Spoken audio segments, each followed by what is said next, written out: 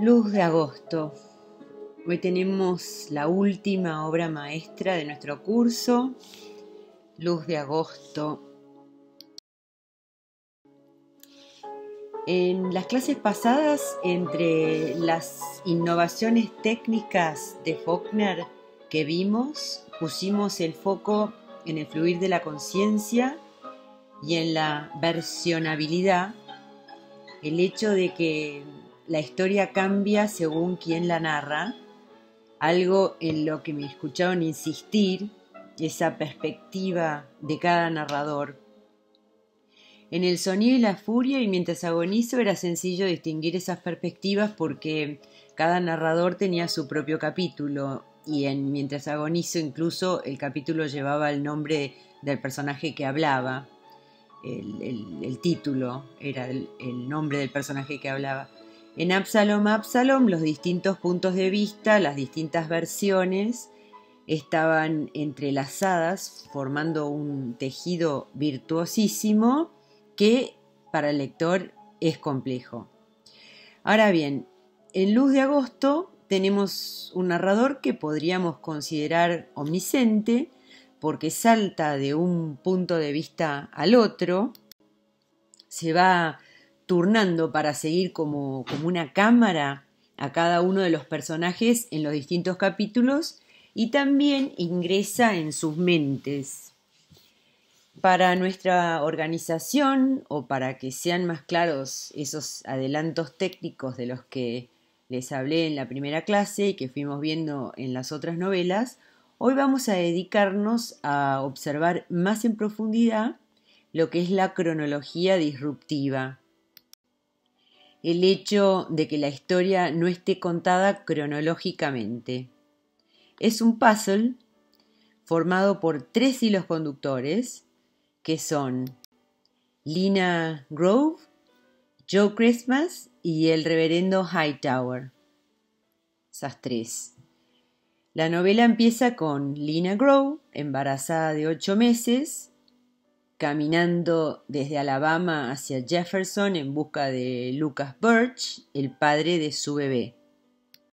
Hace 4 semanas que viene caminando, ella que nunca había dejado su casa, y ese acto es ya una inmensa transgresión.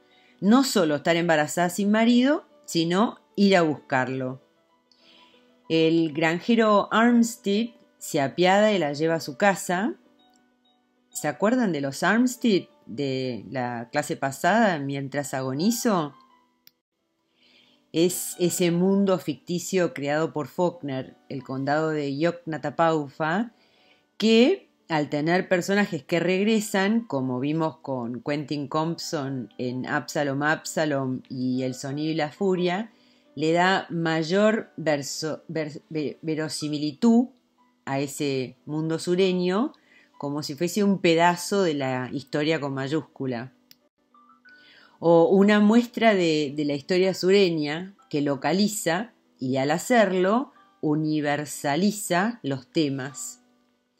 Reparemos en el modo antipático que la señora Armstead trata a Lina, porque en el primer minuto se da cuenta de que es soltera, un pecado imperdonable para esa gente, como ya vimos, por más de que después se apiade y le quiera dar la plata que hizo vendiendo huevos. Tenemos un narrador omnisciente, entonces, que sigue a Lina, que entra en su mente y nos la muestra pensando. De repente la cámara se acerca a los hombres que la ven pasar y opinan sobre ella, o más bien especulan respecto de quién es y a dónde va. Una mujer joven, sola por el camino, en aquellos años 20, sería todo un espectáculo. Ni qué decir, una embarazada. Y el narrador se mete en la mente de Armstead, el granjero también, y en ese sentido esta novela, que es de 1932, es un poco más tradicional. Los lectores podemos leerla sin tanto esfuerzo porque el foco parece cambiar naturalmente. Aquí ahora está más bien Elena, la protagonista de este capítulo, que va preguntando por el camino por Lucas Birch y nos es evidente que ella es la protagonista. De repente consigue que alguien le diga que alguien con ese nombre trabaja en el aserradero de Jefferson, y entonces ese es su objetivo. Jefferson, el aserradero de Jefferson, es la Ítaca de su viaje. Ahora, al pasar al capítulo siguiente, estamos en una escena en otro momento y lugar, nos estamos adelantando, vamos a una parte de la historia que sucede después. Lo enfatizo porque estamos hablando de cronología disruptiva, de una cronología que no se sigue uno detrás del otro. En aquel aserradero al que se dirige Lina, solo que se trata de un momento posterior, es el momento en el que van a confluir todas las líneas narrativas de la novela, en ese incendio, esa luz que sucede en agosto, como el título. El momento en el que Lina llega al aserradero en busca del padre de su hijo que está por tener, es el momento del incendio de la casa de Joanna Burden. Hasta ese momento van a llegar las otras dos líneas narrativas, la de Joe Christmas y la del reverendo Hightower. Entonces ahí Lena se encuentra con Byron Bunch, el hombre con el nombre parecido al de Lucas Birch, que ella busca y por quien la encaminaron hacia allá, el aserradero, un mill, un lugar tan característico de ese sur norteamericano de esa época, que empieza a industrializarse a partir de la era de la reconstrucción. Ahí está Byron Bunch, entonces, en el segundo capítulo la cámara lo enfoca a él, mientras recuerda cuando, 3 años antes, conoció a Joe Christmas, el hombre que será protagonista de esta novela, quizás el personaje más solo y desamparado de toda la literatura norteamericana. Lo que sabe Byron Bunch sobre Joe Christmas lo sabe por Joe Brown, quien, todavía no lo sabemos, es el Lucas Birch que busca a Lena, solo que se cambió el nombre para que ella nunca lo encuentre, y lo va a encontrar al final por casualidad, porque otro hombre tiene un nombre parecido al suyo. Tanto Joe Brown como Joe Christmas trabajaban en ese aserradero, pero después, según se rumorea, a Faulkner le encantan los rumores, empezaron a dedicarse a la venta de alcohol. Es la época de la prohibición. La venta de alcohol es ilegal y la llaman bootlegging, porque las botellas las escondían de los sheriffs en las botas. Este momento, el del capítulo 2, es el tiempo cero, el momento nuclear de la novela, aquel al que, como les dije, se dirigen todas las líneas narrativas. Ahí van a converger todas. Lina Grove va a llegar acá, al aserradero, en el capítulo 3, ex ministro de la iglesia presbiteriana, hasta que se le arruinó el matrimonio y perdió su trabajo porque su esposa, que ella era hija de otro pastor, de tanto escaparse a Memphis, termina muerta. Una noticia que salió en todos los diarios, fue un escándalo, porque se cayó o se tiró desde una ventana de hotel y había un hombre con ella y estaban los dos borrachos. El reverendo continuó con sus sermones delirantes, en los que no se sabía si hablaba de religión o hablaba de su abuelo en la guerra de secesión, con un altísimo nivel de negación. A Jefferson, sobre todo a las damas de Jefferson, le parecía demasiado escandaloso lo que había pasado, y encima Hightower no despide, cuando muere su esposa, a su empleada afroamericana, lo que les da a entender que había un idilio entre los dos, y entonces lo culpan por lo que le pasó a la esposa, que seguro había vivido algo aberrante en su casa, como que su marido, el reverendo, estaba con la empleada de color, por lo que se liga a un linchamiento del Ku Klux Klan. Ahora, Hightower nunca se va de Jefferson a pesar del escándalo, a pesar de que Jefferson le dio la espalda o incluso más, ¿no? Porque terminó linchado. Y Byron Bunch es su único amigo ahí en Jefferson, porque Jefferson no entendía cómo no se había ido a otra ciudad a empezar de nuevo. Pero él no quiso saber nada con dejar ese lugar, algo inexplicable para todo el mundo, pero de ahí se queda, aislado, y se dedica a vender postales, y después Jefferson pasa a ignorarlo y a dejarlo en paz. Pero bueno, Byron Bunch, su único amigo, es el receptor de los cuentos de la ciudad. Es muy interesante lo que hace Faulkner de la ciudad de Jefferson. La hace un personaje, un plural, que piensa, opina, recrimina, lo hace como un todo, algo que también le van a imitar los escritores latinoamericanos. Y si quieren ver un ejemplo magistral de un narrador plural, no dejen de leer el cuento Una rosa para Emily, que también es de Faulkner. La encuentran online si quieren. Algunos de ustedes lo vieron el año pasado conmigo en el otro curso. Es uno de los cuentos más antologizados y estudiados de la literatura norteamericana. Acá Jefferson rumorea sobre la actividad ilegal de Joe Christmas y Joe Brown, por ejemplo. En esta escena de Byron Bunch y Hightower es posterior al tiempo cero. Byron Bunch ya ha instalado a Lena en su pensión y le cuenta del incendio. Ven que la cronología no es lineal, entonces es disruptiva, va y viene, avanza y retrocede.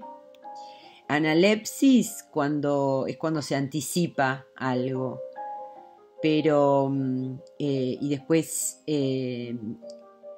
prolepsis es cuando se anticipa algo, y analepsis cuando interrumpe la línea temporal de la narración para narrar hechos anteriores. De todos modos, lo que nos interesa a nosotros es que la historia no está contada cronológicamente. También Byron Bunch le cuenta a Hightower que Joe Christmas mató a Miss Burden, que así lo ha denunciado Joe Brown, es el Lucas Birch que busca a Lena, que también denunció que Joe Christmas y Miss Burden vivían como marido y mujer, y también que Joe Christmas tiene sangre negra. Lindo tipo anda buscando Lena. Y lindo amigo para Joe Christmas, ¿no? Con quien hacía 3 años que estaban siempre juntos, o sea, eran socios vendiendo alcohol ilegal. Pero bueno, Joe Brown lo hace para cobrar la recompensa que hay para el que encuentre al asesino de Miss Burden. Bueno, Byron tiene una intención en lo que hace, ayudando a Lena a encontrar a Joe Brown, alias Lucas Birch, porque él se enamoró de ella. Todos tenemos una intención en lo que hacemos, nos dice Faulkner. Y Byron Bunch es un tipo con una vida vacía, rutinaria, de buen comportamiento, hasta que llega Lena y se libera. La verdad me resulta un personaje conmovedor. Deja de protegerse y empieza a protegerla a ella. El capítulo 5 retrocede a la noche previa al asesinato. La cámara sigue a Joe Christmas, que rememora los 2 años de relación sexual que tuvo con Joanna Burden, una mujer a la que Jefferson le dio la espalda porque viene de una familia de norteños que se dedicaron a defender los derechos de los afroamericanos. Una familia de carpetbaggers, ¿se acuerdan de ellos? Por Joanna, lo que tiene, es decir, todo lo que tiene la hace detestable a los ojos de una ciudad sureña como Jefferson. Joe Christmas de golpe se enoja con Joanna Burton por vieja, porque perdió el apetito sexual al ponerse menopáusica, a pesar de que ella creía que lo que le pasaba era que estaba embarazada. Pero lo que lo llena de una rabia insoportable es cuando ella quiere rezar con él y de repente se le llena la mente de voces extrañas. Es un momento clave y vamos a volver a él. El capítulo 6 retrocede a cuando Joe Christmas tiene 5 años y vive en un orfanato. Y ese Joe de 5 años pesca sin querer, por robar un poco de pasta de dientes para saborearla, a la nutricionista del orfanato que estaba teniendo sexo, solo que él no entiende lo que presencia, ni lo entiende después. De hecho, él tiene miedo del castigo por robar dentífrico, no por lo que ve que es algo que no entendió, pero la mujer piensa que el chiquito lo va a chantajear. Vaya malentendido. Faulkner nos muestra que cada uno anda en la suya, cada uno ve el mundo desde sus ojos. Y a este chiquito solitario, los otros chicos del orfanato le hacían bullying, lo llamaban nigger, pero no porque los chiquitos se hubiesen dado cuenta de que tuviera sangre afroamericana, sino que lo insultaban porque ese era el peor insulto para un chiquito de esa época en el sur de los Estados Unidos, la peor palabra, mala palabra. La nutricionista confía, cuando ya no da más, de estos nervios porque el chiquito la pescó, confía en el portero del orfanato porque ella se había dado cuenta de que ese hombre lo detesta al chiquito Joe Christmas. Y él, que más tarde nos vamos a enterar que es el abuelo de Joe, lo rapta porque teme que lo envíen a un orfanato para afroamericanos. Así termina adoptado por McEachern y su esposa. Este tipo es un hombre frío, rígido, lo quiere convertir en un hombre con temor de Dios a los golpes, y a Joe y él se pasan desafiándose. Cuando Joe tiene 14 años, otros chicos están violando a una chiquita negra, y cuando es el turno de Joe, él en vez le pega, y después cuando llega a su casa, McEachern, su padre adoptivo, le pega a él.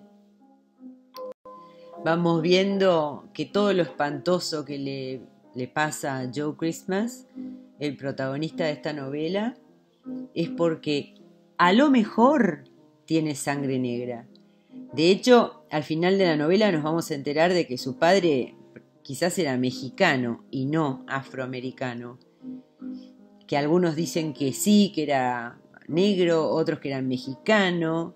La novela nunca aclara su ascendencia, pero de cualquier modo, él está maldito por ese hecho, o más bien, por esa sospecha. Y su abuelo asesinó a su padre, al padre de Joe, por el horror que le produce que su hija, soltera, se hubiese embarazado de él, y después no llamó al médico en el momento del parto de su hija, a pesar de que su esposa le rogaba porque el parto se había complicado, y deja morir a su hija, que se había embarazado de un artista de los shows itinerantes, que sea un mexicano o afroamericano. Como ven, a Faulkner le encantaban las historias de mujeres que se enamoraban de estos artistas trotamundos. La cuestión es que Joe Christmas viaja durante 15 años, trabaja de minero, de soldado, de peón, y vuelve a Mississippi a los 33. de nuevo, como Benji Compson, en la Edad de Cristo. El apellido que le pusieron, porque lo dejaron en el orfanato una Navidad, Christmas, que en inglés tiene resonancia cristiana. En el capítulo 10, Joanna Burden lo encuentra en su cocina. Ella vive alejada de Jefferson, que la detesta, como dijimos, en un bosque totalmente sola. Ella lo trata bien, le cuenta que Jefferson la odia porque su familia es norteña, como ya dijimos, esos famosos carpetbaggers de la era de la Reconstrucción. También le cuenta que un soldado confederado, es decir, un sureño ex propietario de esclavos, mató en la plaza a su abuelo y a su hermano porque habían peleado por el voto de los afroamericanos después de la Guerra Civil. Bueno, entre paréntesis, es una muerte muy similar a la del bisabuelo de Faulkner, solo que al revés. Y también este capítulo cuenta la relación entre ellos dos, que es sexual y que dura 2 años, hasta llegar al tiempo cero de la historia, la del incendio en esa casa en el bosque. Porque la casa que se quema es la de Joanna Burden. Reparemos en el apellido, Burden, un peso, una carga en inglés. Es el peso de su pasado, el peso que arrastra Joe Christmas. ¿Les suena? ¿No lo hemos visto eso también en las otras novelas de Faulkner? Y en el capítulo siguiente vamos a ver ese incendio, ese sábado, el sábado que llega Lina Grove con su barriga a punto de parir al aserradero, y desde ahí, cuando está con Byron Bunch, que ve el fuego. Ahora vemos el asesinato y el incendio desde la perspectiva de Jefferson, que por alguien que pasaba por ahí se había enterado de lo que estaba pasando por el fuego, y cuando van encuentran a Joanna asesinada, casi descabezada, y como ella era una nigger lover, no dudan de que tuvo que ser un afroamericano. No hay absolutamente ninguna duda. Además encuentran rastros de que alguien vivía en una cabaña para afroamericanos en su propiedad. Entonces suponen lo que quieren suponer, lo que piensan, que seguro fue un negro, que además la violó, también seguro. Entonces van a buscar a un afroamericano, el que está más a mano, en el barrio de los afroamericanos más cercano, para azotarlo y que les revele quién vivía en esa cabaña. Y así consiguen el dato de que 2 hombres vivían ahí, 2 hombres blancos. Es interesante cuán pendiente está Jefferson del circo que se arma. Y también un detalle genial, que en el camino esta patota se cruza con Lina. Es decir, cómo tejió Faulkner las líneas narrativas para que confluyan. Jefferson, o la multitud liderada por el sheriff, pide perros que rastreen a Christmas. Los perros van a llegar en tren a la mañana siguiente. Y mientras tanto, Byron habla con Hightower sobre la situación de Lina, que está por parir, que no tiene dónde hacerlo, que no encuentra al padre del chico. Y Byron Bunch, él se había dado cuenta enseguida que el hombre que Lina busca es, o sea, el Lucas Birch que ella busca es Joe Brown. Pero bueno, en ese momento Joe Brown está muy ocupado porque está denunciando a su socio, a Joe Christmas, para cobrar la recompensa. Pero Hightower no puede recibirla en su casa porque ahí no hay una mujer, y eso implicaría la desgracia de Lina, su reputación, que bastante poca tenía por estar al parir sin estar casada. lo que Lina quiere es ir a la cabaña en la que Lucas Joe Brown vivía y esperarlo ahí.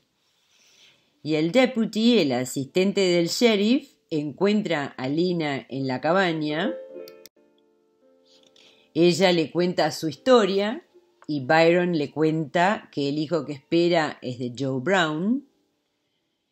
Y ese miércoles un afroamericano cuenta que un hombre blanco irrumpió en una iglesia de afroamericanos, que atacó al pastor, que maldijo a Dios y se dirigió a Mottstown. Prestémosle atención a Mottstown, ¿no? Es la segunda ciudad de Yoknapatawpha. La vimos la vez pasada en Mientras agonizo, que era una de las paradas de los Van Ren con el ataúd.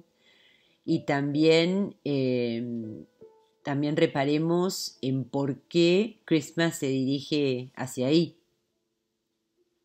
Ahí vive una pareja de ancianos, los Hines, a quienes Mottstown considera locos, pero son los abuelos de Joe Christmas.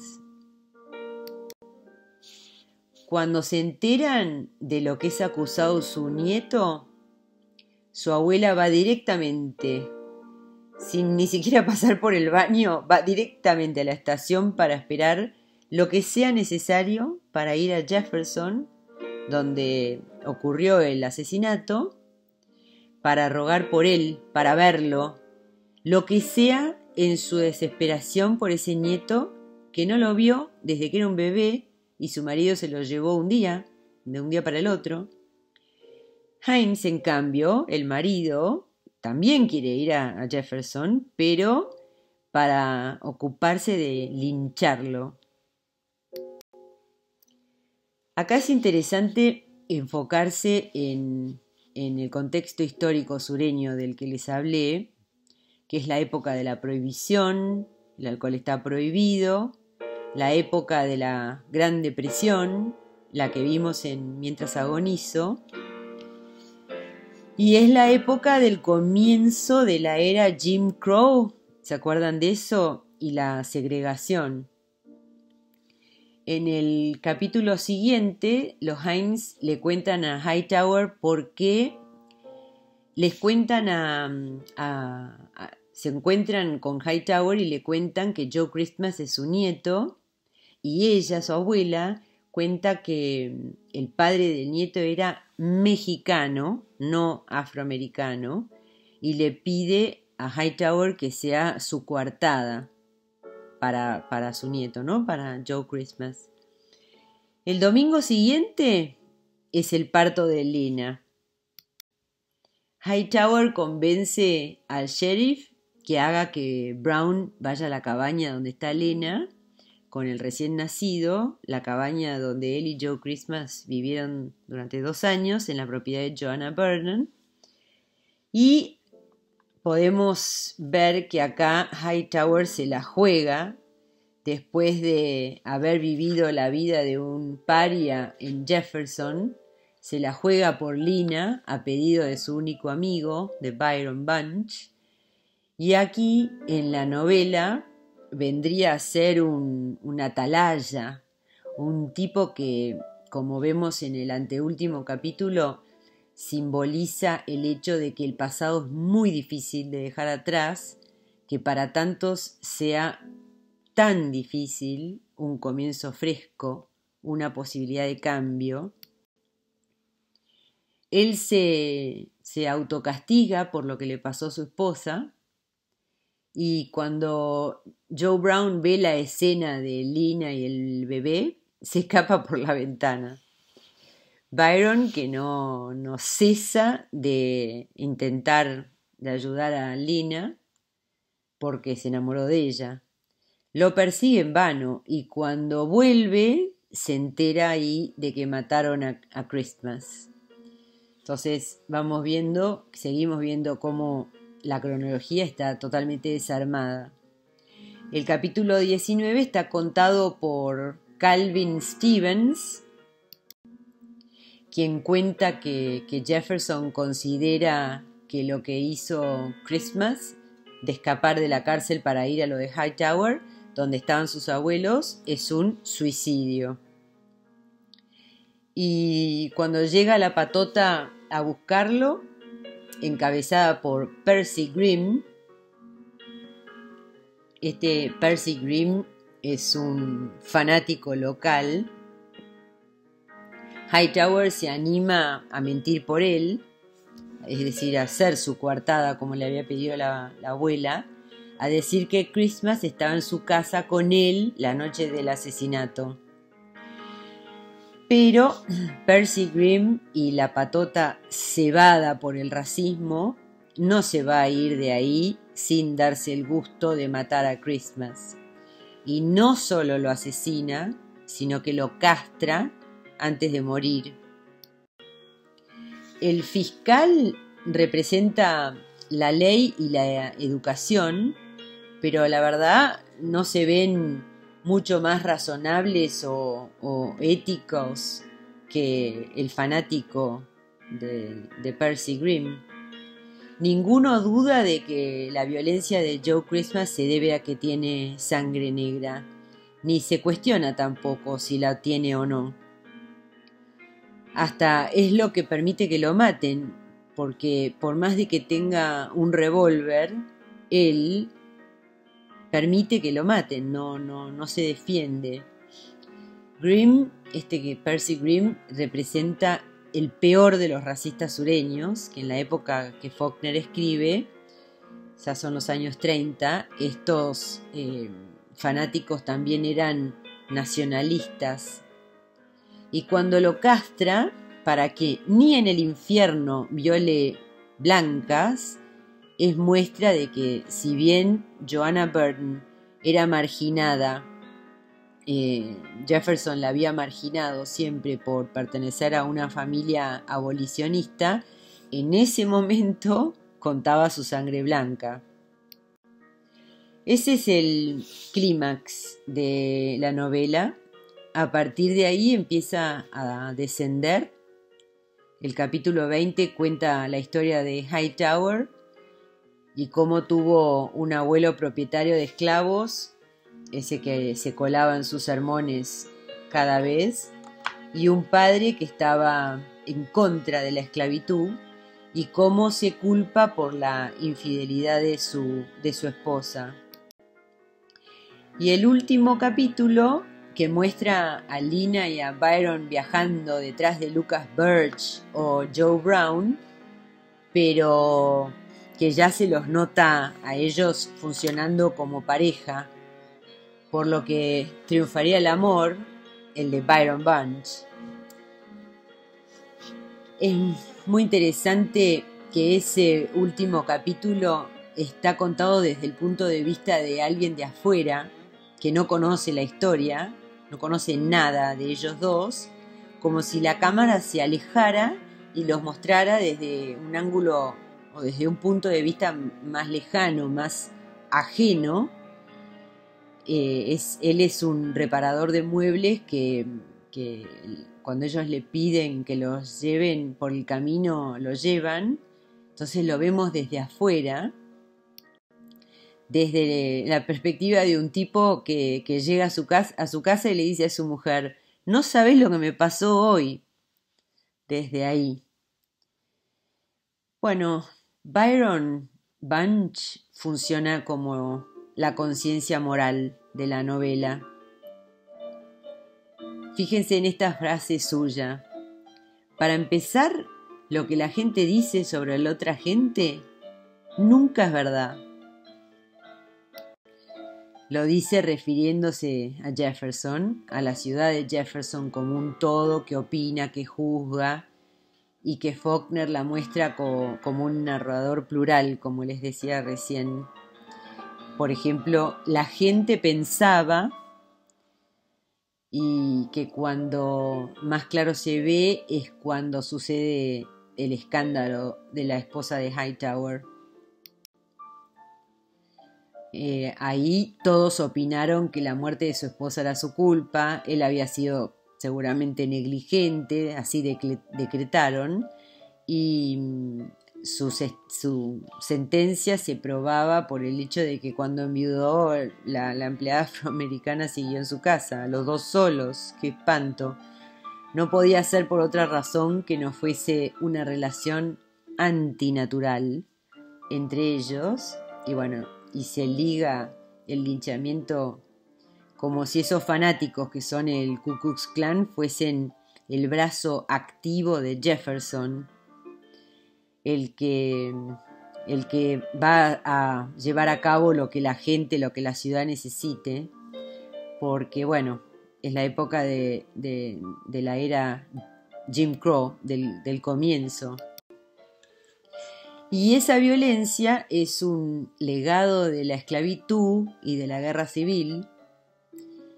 Se nota en la obsesión de Jefferson, tanto el uno por uno como el conjunto.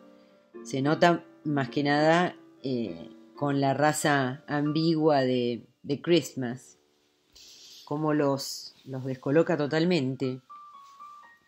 La segregación es la necesidad de establecer categorías raciales estrictas. Es una opresión que llega ahí después del corto momento de esperanza y de libertad para los ex esclavos que fueron los 12 años de la reconstrucción al final de la guerra civil. ¿Se acuerdan de eso? Y Christmas es peligroso en cuanto cruza el límite, el de no quedarse en el del gueto para ellos. El linchamiento de Christmas representa la espeluznante cantidad de linchamientos que hubo en ese periodo en el que la supremacía racial derivó en esa horrenda violencia, en la que Mississippi tuvo la mayor cantidad de linchamientos entre los demás estados. Bueno, Christmas tiene nombre de Cristo y la edad de Cristo, como Benji. Y el hecho de que pase por negro cuando es blanco, y más todavía esto, que se sienta negro cuando es blanco, muestra la arbitrariedad del racismo. Y ese es su gran problema de identidad. El problema que él tiene no es tanto su raza.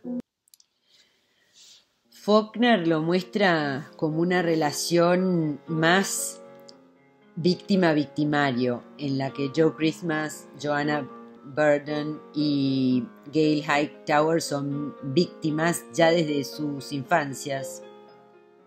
La novela muestra la justicia destructiva de esa época y en ese lugar, en Yoknapatawpha County, y ahí volvemos a ese localismo como algo de lo que sucede en un lugar específico, un lugar puntual, que puede ser expansivo al resto del mundo. Le habla ese localismo, le habla al mundo entero, porque, por ejemplo, el racismo o que alguien tenga un problema de identidad es algo que sucede en el sur de los Estados Unidos o en la China. Faulkner les decía entonces que los presenta no tanto como buenos y malos, sino como víctimas y verdugos, que eso es lo que lleva a la violencia. Hines y McEachern, tan religiosos, ellos eran calvinistas o presbiterianos, son representantes, entre comillas, de Dios y justifican su violencia con el Antiguo Testamento. Y qué paradoja, persiguen a Christmas. Joanna Burden, como su apellido, que es carga en inglés, ella está obsesionada con la ideología de la culpa de los blancos y ella también considera a los negros como un grupo, no a cada uno como individuos. Cuando le ofrece a Christmas de ir a Memphis a convertirse en abogado que defiende a los negros, está pensando en él como negro, como parte de un todo que tiene que defender sus derechos. No está pensando en él como persona. De esa incongruencia habla esta novela. De esa incongruencia habla Faulkner. Y nos lo muestra el condado de Yoknapatawpha. Bueno, Percy Green, por su parte, se siente un representante de los Estados Unidos toda. Es un justiciero patriótico. Les decía que en esta época, los años 30, había mucho nacionalismo también. Y la novela también muestra la ansiedad que representa la transgresión sexual de las mujeres, algo muy entrelazado con la ansiedad racial por el terror de que las mujeres tengan sexos con hombres de color, ¿no? Que las mujeres blancas tengan sexo con hombres de color. La misoginia es aquí resultado del fanatismo religioso. Así, solamente así se puede entender lo que hizo Hines con su hija. Solo así. O lo que hizo Christmas con la chica negra. O con Bobby, esa prostituta de la que Christmas adolescente cree enamorarse. También el horror que le produce su menstruación, que en ese momento le pega, no sé si se acuerdan. O el horror que le produce la menopausia de Joanna. O el trato que tiene hacia la señora McKirchen, la que lo adopta. Pero bueno, regresando a la redención de Jefferson y Christmas como Cristo muerto en la cruz, reparemos además en el parto de Lina, que es como el pesebre en el que nace Jesús, y ahí está presente la señora Hines, la abuela de Christmas, que con el horror de enterarse de que su hijo, el hijo de su hija, no había muerto como le había dicho su marido, sino que había vivido una vida errante que termina en violencia, en su delirio por el shock de todas esas noticias, en el parto de Lina se confunde, cree que es Millie, su hija, y que el bebé que está por nacer es Christmas, su nieto. Pobre mujer. Y por otro lado, desde el comienzo, cuando Lina parte de Alabama embarazada, es como una Virgen María en el viaje a Belén.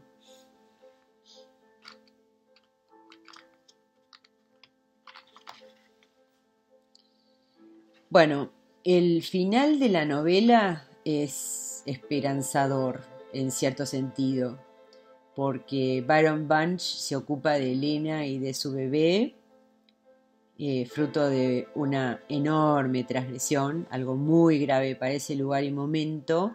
Por más de que no sea su hijo, él supera toda esa traba del modo de pensar, esa estrechez, y por amor lo puede hacer, está enamoradísimo de Lina. Hablando de transgresiones, la más grave y escandalosa es la que se da entre Christmas y Joanna. Eso transgrede lo racial y el género. Sexo entre hombre negro, mujer blanca, el peor tabú. Y la relación entre ellos dos muestra lo íntimamente relacionado que estaba el racismo con la transgresión sexual de las mujeres. Apenas empiezan a tener sexo Joanna y Christmas dice: My God, era como si yo fuese la mujer y ella el hombre. Esa inversión de género imita la inversión de identidad racial que representa la pareja. Christmas será negro pero pasa por blanco, y Joanna es una mujer blanca pero su simpatía por los negros y además su historia familiar abolicionista hace que sea llamada nigger lover, el peor de los insultos. La relación entre ellos nos muestra que es una transgresión, que una transgresión sexual da lugar a más formas de transgresión. Joe Christmas está dedicado a la venta de alcohol ilegal, el bootlegging, y bueno, eso pasaba cuando ellos vivían en esa cabaña en la propiedad de Joanna. El hecho de que la relación entre Christmas y Joanna termine en el asesinato de ella, después de que ella quiere forzarlo a rezar, confirma la noción de que la transgresión racial sexual lleva a la violación de otras normas sociales. Y también expone la idea de aquel momento de que los afroamericanos trataban a las mujeres con violencia, como que lo pone en evidencia. Y al mismo tiempo se podría interpretar que la novela muestra lo estrictas que son las categorías raciales y de género. Fíjense, Armstead, el granjero, al ver a Lina embarazada y sin marido, piensa que las mujeres que hacen eso están tratando de dejar la raza de las mujeres y ser parte de la raza de los varones, es decir, una gran transgresión. De todos modos, la novela deja claro que Lina no tiene la responsabilidad de esa transgresión, porque ella fue abandonada por el padre de su hijo. Al abandonarla, la deja en una situación imposible, queda condenada tanto por estar embarazada como por tratar de encontrar al padre del chico, por lo que parecería decir la novela que la transgresión es inevitable. Con todo esto, la novela muestra a la libertad como el deseo de mayor lujo, por más de que sea el estado natural del ser humano, que es lo que están mostrando Byron y Lina al final. Lina es, en la novela, una sobreviviente, una aceptadora del sufrimiento, una resiliente. Pero pensemos que los años 20 en los que está ubicada esta novela y también en el 32, el año que fue escrita, es una época muy violenta para el sur norteamericano. También está muy cerca de la Primera Guerra Mundial. Tampoco está tan lejos de la era de la reconstrucción después de la Guerra Civil. Y entonces la violencia está por todas partes en el sur de Estados Unidos, y la violencia está por todas partes en la novela. Joe Christmas quedó traumatizado de tanta violencia en su infancia y adolescencia y lo lleva a aborrecer la religión que su padre adoptivo le quería forzar a latigazos. Decíamos que en Absalom los personajes tenían que lidiar con el pasado y que tanto Thomas Sutpen como su hijo Charles Bond querían dejarlo atrás y el pasado los buscaba. En El sonido y la furia, los Compson quedaron decadentes por el arrastre del pasado y en Mientras agonizo quedaban destruidos los Bundren, los recolectores de algodón, como antes habían sido los esclavos.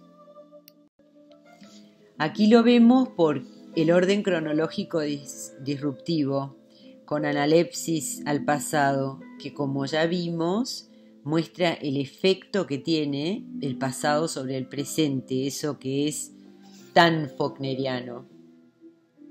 La guerra de secesión, muestra él, dejó secuelas de intolerancia y de racismo, y acá las vemos en la muerte del abuelo de Joanna Burden, lo vemos en la incomunicación de Hightower, y también lo vemos en el problema de identidad de Joe Christmas. El punto de vista, dijimos, es uno que salta de un personaje a otro, ¿no? No tanto como un omnisciente decimonónico, un deus ex machina, un dios que todo lo sabe, y uno que muestra cómo son las cosas, sino una perspectiva que alterna, que va de un personaje a otro. A ver si se entiende eso. El narrador del siglo XIX, el Deus Ex Machina, es un narrador que todo lo sabe. Como si vamos a Tolstoy en La Guerra y la Paz, el narrador cuenta lo que piensa el soldado que está al fondo de la fila, y lo que están pensando, lo que piensa Napoleón, lo que piensa una cocinera, lo que piensa una mujer, una señora, todo lo sabe, y ese narrador muestra las cosas son así, como las cuenta el narrador, como si pretendiera esa objetividad de que las cosas son así. Y eso es lo que es tan innovador en Faulkner, que nosotros ahora estamos acostumbrados a pensar que la historia cambia según la perspectiva de cada uno, pero en la época que escribía Faulkner eso era realmente, y en lo que insiste él, como lo vimos en todas las novelas, en estas novelas que analizamos, en cuanto insiste él que las cosas no son de una manera, sino que son según cómo las vea cada uno. Es decir, que ya no sería las cosas como son, o no sería una verdad, sino más bien una versión de cómo son las cosas. Según la mirada de cada uno, ¿no? La subjetividad. Y para eso a veces utiliza el fluir de la conciencia, que entra en la mente de un personaje y lo muestra pensando. Bueno, los dos capítulos finales son como algo aparte del corpus de la novela, en cierta manera, como epílogos. Y los dos son épicos, contados como hechos legendarios, vividos por héroes y heroínas. Y eso nos lleva al título, que esta vez dejé para el final, esa luz que busca Christmas, esa luz del verano de agosto, como la lámpara en el cuarto de Bobby, o la vela de Joanna, o el fuego en la casa de Joanna. Una vez Faulkner dio una charla en la Universidad de Virginia y dijo que el título era por una especial luminosidad que hay en agosto en Mississippi, cuando hay algunos días en la mitad del mes que de repente hay como un anticipo del otoño porque está fresco y hay una cualidad luminosa en la luz. Le hacía acordar, dijo él, a esos tiempos de una luminosidad más antigua incluso que la civilización cristiana. Bueno, lo que sin duda podemos decir nosotros es que la luz y la oscuridad son motivos constantes en la novela. Bueno, ojalá que hayan disfrutado este curso en el que profundizamos en la obra de uno de los genios más grandes de la literatura. y que lo tengan en cuenta cuando lean autores latinoamericanos del famoso boom. Les propongo que lean La Casa Verde de Vargas Llosa con la óptica de Absalom Absalom, o La vida breve de Onetti, en la que ese Yoknatapaufa que crea Onetti, que es la ciudad de Santa María, la crea dentro de la misma escena de lo que está contando, o sea, en presencia del lector. Eso es increíble. O si no, La novia robada, que también le hace eco a ese cuento que les recomendé al principio, de que busquen, porque online está, de Faulkner, Una rosa para Emily. O Pedro Páramo de Rulfo, incluso 100 años de soledad. Véanlo, lean eso con esta perspectiva de... Les dejo unas placas con lo que vimos, porque es interesante leer el programa después de terminar, con los temas todavía frescos. Así ven todo lo que incorporamos.